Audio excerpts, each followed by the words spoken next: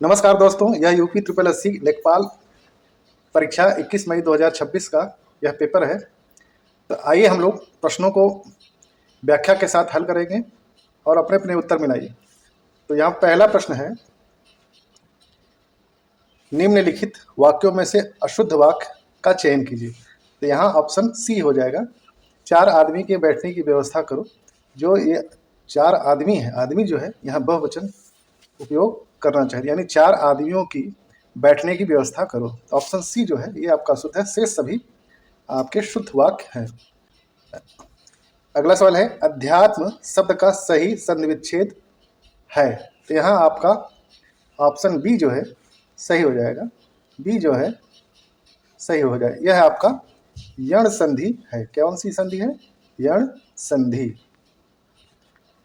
तो यण संधि है। क्वेश्चन संख्या तीसरा, निम्नलिखित में से कौन सा विलोम शब्द युग्म सही नहीं है? नकारात्मक सवाल पूछ रहा है। तो यहाँ ऑप्शन सी जो है, उपकार और अनुचित जो ऑप्शन दिया है ये आपका शुद्ध जो है शुद्ध नहीं है।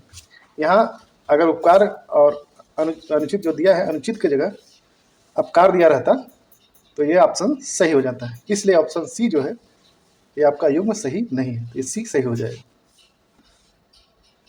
क्वेश्चन संख्या 4, नमस्ते का सही संविच्छेद है।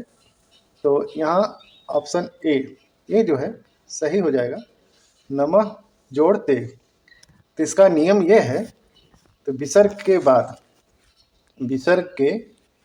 बाद यदि आपका त थ आवे तो त थ के स्थान पर दंत स हो जाता है, दंत श हो जाता है। इसी प्रकार विसर्ग के बाद आपका च छ आए तो तालव्य श हो जाता है। उसी प्रकार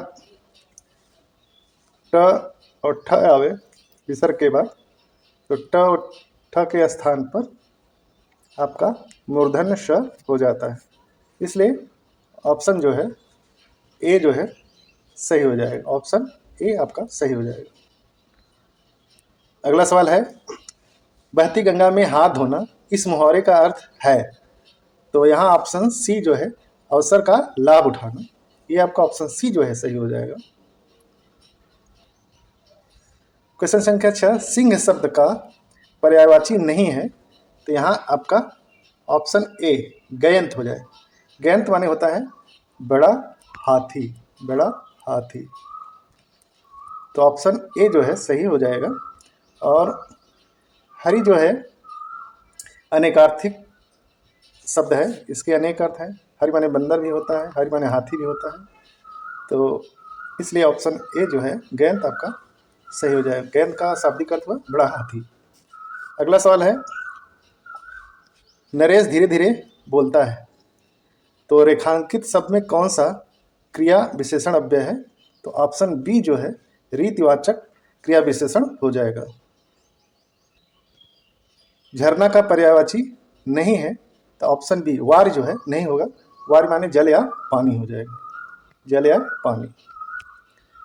अगला सवाल है, निम्नलिखित वाक्यों में से शुद्ध वाक्य का चयन कीजिए। तो मानस के ये रचयिता ही गलत लिखा गया है, इसलिए यह वाक्य गलत हो जाएगा। और मुझे कल जयपुर जाना है, ये ऑप्शन बी सही हो जाएगा। सुदामा कृष्ण के परम मित्र थे। तो ये अगर भगवान के संदर्भ में अगर इस वाक्य को देखा जाए तो यह भी वाक्य सही है। अगर मित्र के संदर्भ में देखा जाए तो जहाँ थे है वहाँ था हो जाना चाहिए था। और कोई डॉक्टर को बुला दो, तो यह संदेहात्मक वाक्य लग रहा है, इतना सटीक नहीं है किसी को विशेषकर।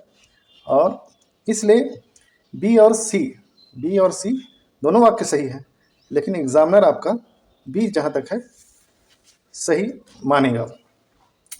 तो ऑप्शन बी आपका सही हो जाएगा। अगला सवाल है,